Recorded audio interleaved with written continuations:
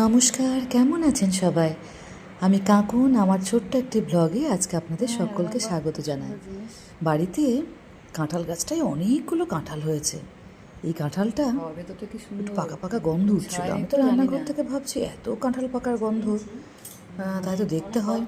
তারপরে মাসির বাড়ি একটা এটা একদম হকার সে আছে, বেশ খুব ভালো ছেলেটি।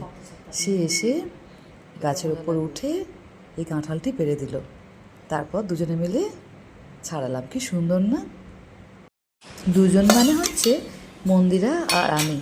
মন্দিরা মানে যে আমার সঙ্গে সারাক্ষণই থাকে বাড়িতে, হেল্পার। তো মা মাঝে মাঝে বলে, যেমন তুই তেমনি তোর মন্দিরা। আমরা দুজনেই না কখনো আগে কাঁঠাল ছাড়াইনি, বুঝলেন? তো আজকে বেশ মজা লাগলো, কিন্তু দুজনে মিলে হাতে তেল টেল মেখে সুন্দর করে জুত করে কিন্তু কাঁঠালটা ছাড়াতে শুরু করলাম।